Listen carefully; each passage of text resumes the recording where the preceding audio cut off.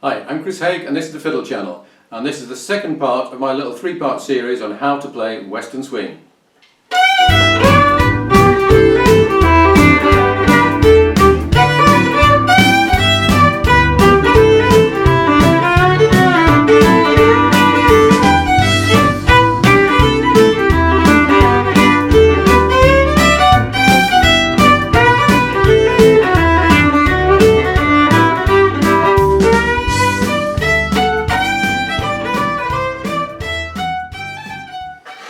Now, in the first part we looked at how to play a melody, how to ornament it, how to add drones and shuffles. And in this lesson we're going to look at swing bowing and the basics of improvisation, and also how to create a twin fiddle part, because twin fiddling is an important part of Western Swing. Incidentally, I failed to say anything about the history of Western Swing in part one, which was a bit of a mistake. In very simple terms, it started in the 1930s and 40s, started in Texas, and is still very popular in Texas. Bob Wills is the most well-known band name from that era, and Asleep at the Wheel is the best band currently playing Western Swing. And basically it is a cross between country music and jazz, which when I first heard of such a thing I thought someone was pulling my leg, but it's actually great music. It's extremely exciting, it's great fun, and of all the genres that I play, and I play far too many, I think Western Swing has to be the one that I would choose. So we're going to use The Girl I Left Behind Me, and we'll start off with just the basic melody. I'll play it once without the chords, and it's going to be just as written but given a bit of swing. 1, 2, 3.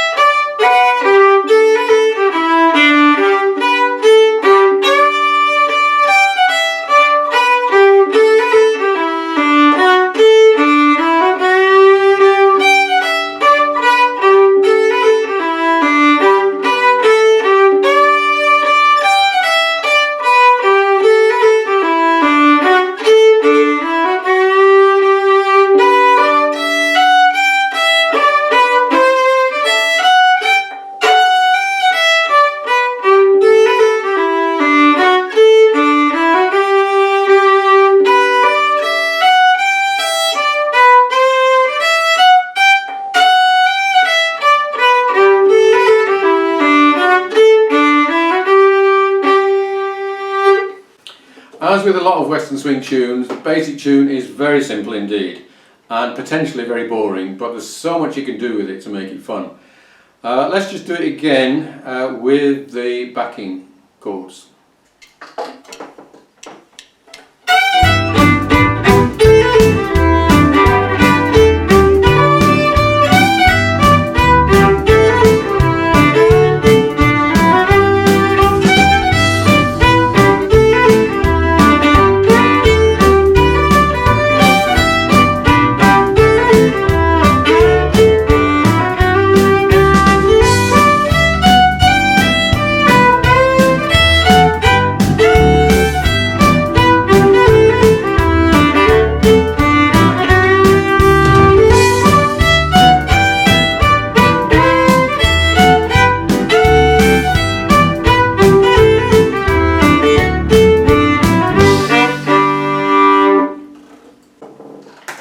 You'll notice I was doing quite a lot of drones and little ornaments here and there, and again refer back to number 1 of the videos if you want to learn how to do those.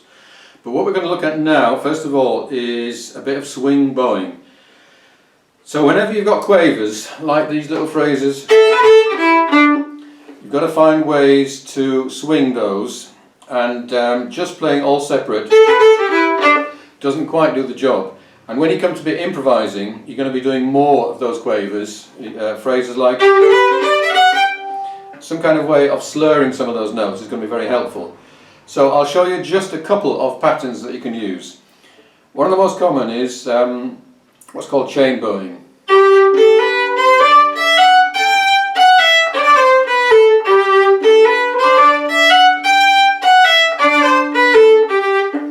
So basically, apart from the first note, every pair is slurred,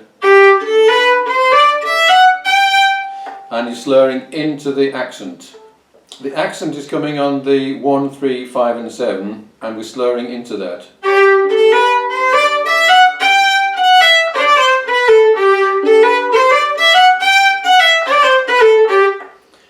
Then we've got another one which is 5 separate and 3 slurred.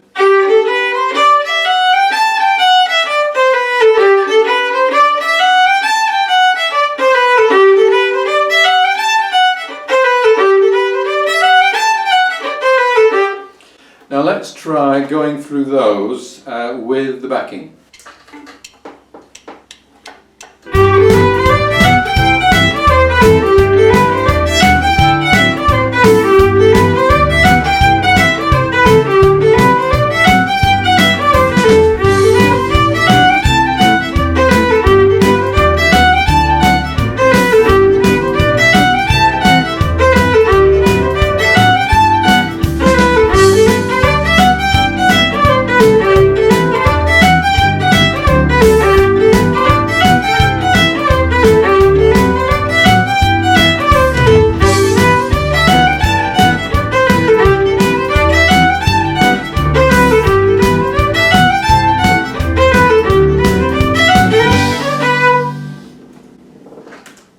So you can dip in and out of either of those, or mix them in with separate bows, whatever you like. And there are a few more patterns like that that will help you to swing. Just doing everything with single bows is really not going to work very well. Now, what to do about the chords?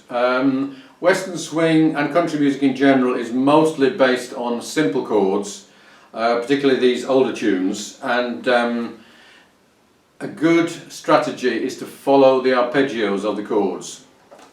So G, C, G, D. That kind of thing will help to kind of structure you into the chords, and adding quavers just helps it to swing a bit.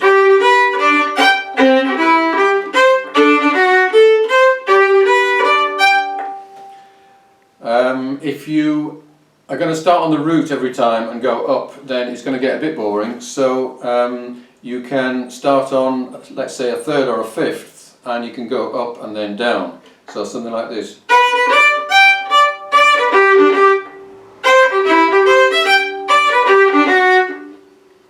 And you can add a bit of syncopation.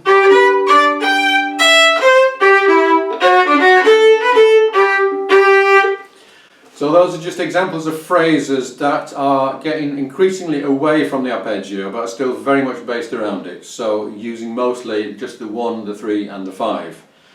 And that's a good, safe way to sit neatly within the chords. We'll see later that it's also quite a lot more exciting to jump outside the chords, but you can't really do that safely until you know what the chords are. So let's play through those 4 lines, and we'll do them over one verse of the song.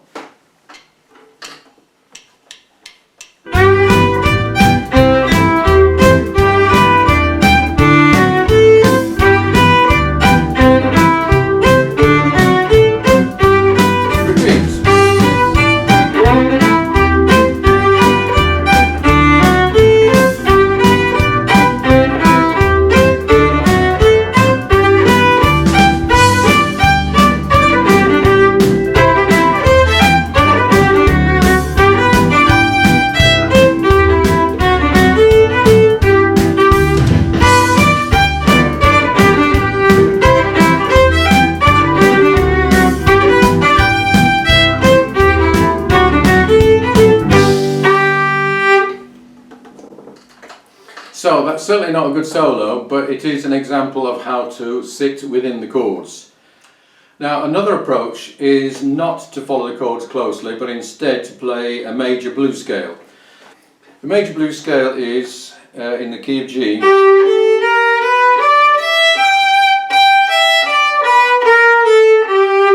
And that will go pretty well over the 1, the 4 and the 5.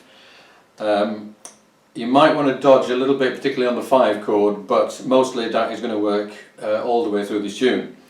So again, you don't always want to start at the bottom and go up, so you might start a phrase like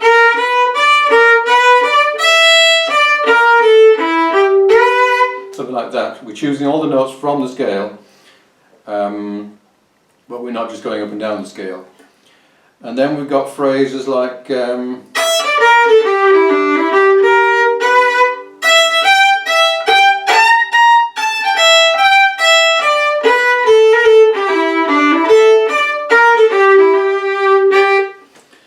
phrases like that, which are more melodic and are moving freely up and down, but again still using that scale. And putting that blue note in is going to add that little bit of excitement. So let's listen to those 4 lines played again with repeats as before over the sequence.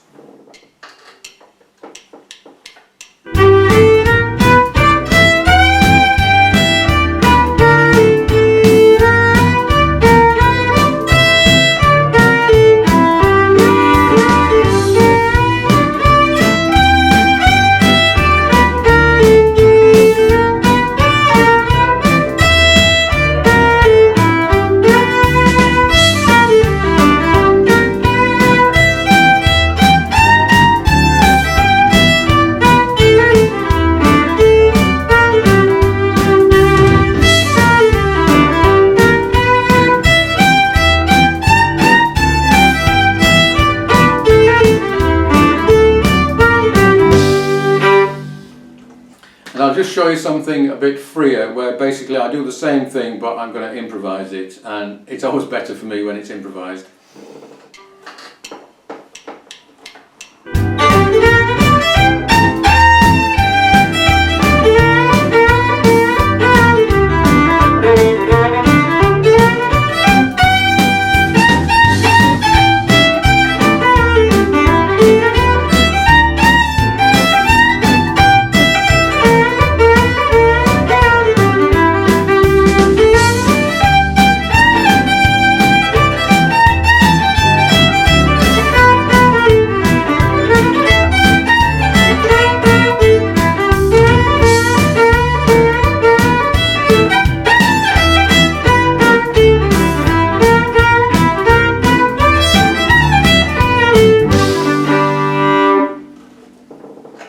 And just for contrast, let's hear me improvising, working around the arpeggios.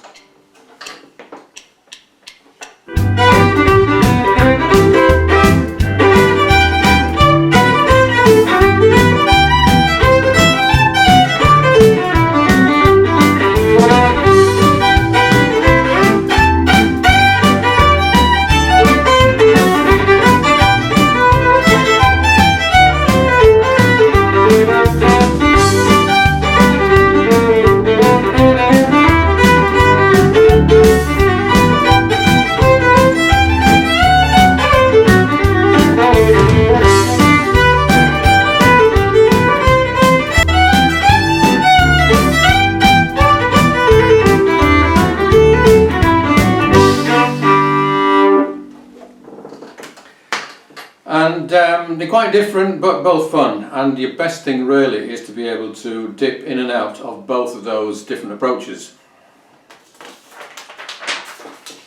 Now Bob Wills in his band, he very often had 2 fiddle players, himself playing the melodies and at least one other fiddle player playing the hot solos.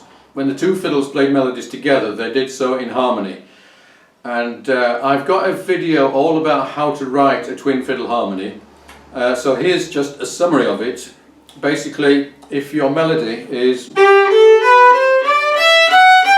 those notes, then the harmony can sit a third above, with the one exception of the note which is the major 7 of the 1 or the 4 chord, and that may take you a while to work out. So the harmony for would be, move it up 1 semitone. So all of the F sharps that occur in this harmony are going to move up to G's, and that will give you a harmony that will easily work. So as I say, refer to my video how to write a twin fiddle part if you want that explained more. But what we got here is the twin fiddle part for The Girl I Left Behind Me.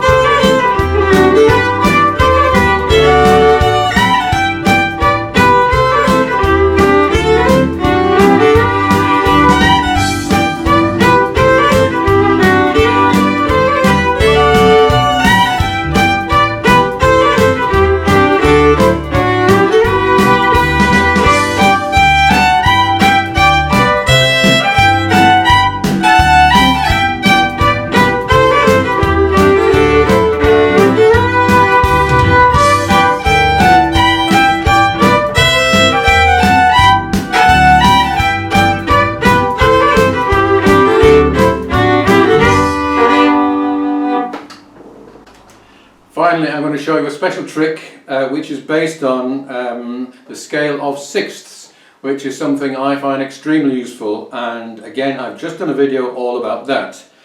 Basically it's a harmonized scale. So key of G,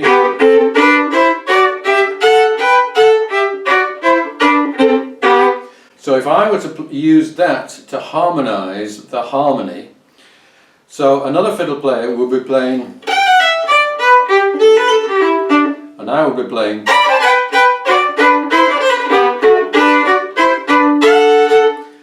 then amazingly you then have 3-part harmony from 2 fiddles. And Buddy Spicher was the man who pioneered this idea, working with other fiddle players in Nashville, particularly Tommy Jackson.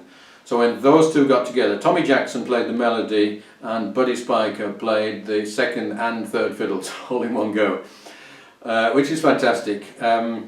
It works well on a tune like this because it's a simple tune without too many fast notes.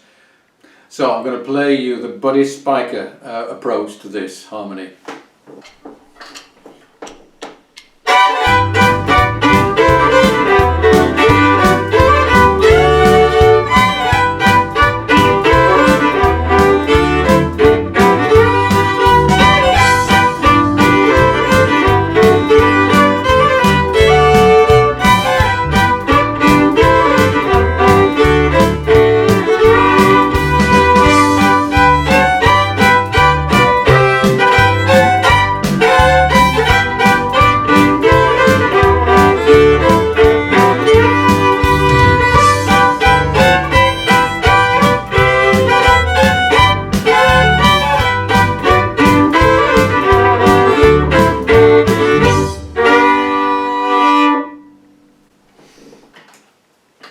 Hope you enjoyed this. Part 3 will be all about how to do a hot solo using hot licks, and that'll be out in another week or so. I hope you enjoyed this. If you did, if you want a copy of the dots, then subscribe, send me an email, and I will send you the PDF.